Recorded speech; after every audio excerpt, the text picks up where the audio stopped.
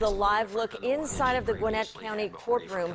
The judge currently is giving the jury instructions on how to decide if Tiffany Moss deserves the death penalty.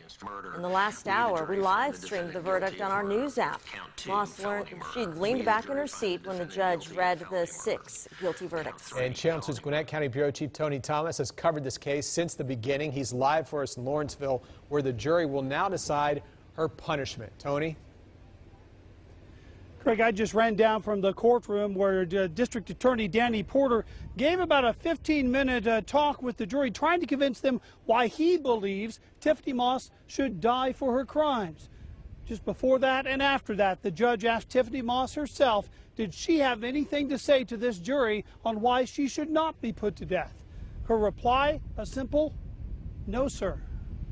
Certainly, ma'am, you could testify in your own defense and present mitigating evidence, talk with the jury, describe for them what it is that you think that they need to know in fairness about you. Judge George Hutchinson did his best to try and urge Tiffany Moss to put up some type of fight for her life, but her response was the same every time. No, sir.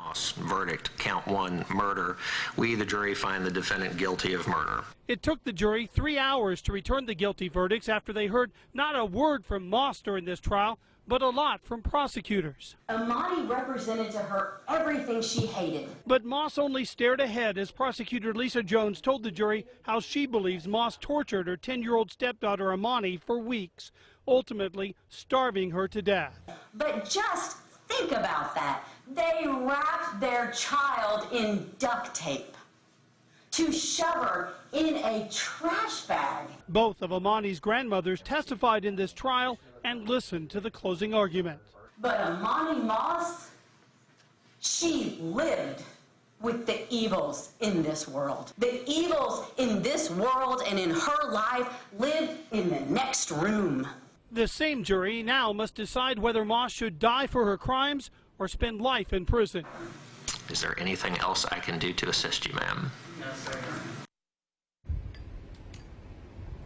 And once these jury instructions are completed up in courtroom 3D, this jury of 12 will once again go behind closed doors, this time having to decide life or death for Tiffany Moss.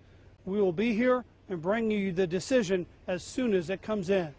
Live in Gwinnett County, Tony Thomas, Channel 2 Action News. This was a very interesting case in that she was her own attorney there, and given a moment there to plead for her own life, just said, no, sir. Tony, thank you. And now the other side of this is Iman Moss, Imani's father. He reached a deal to avoid the death penalty and testified how he helped Tiffany Moss get rid of his daughter's body. At one point, he told jurors that he was, quote, trying to save her but couldn't save her. A judge sentenced him to life in exchange for his testimony.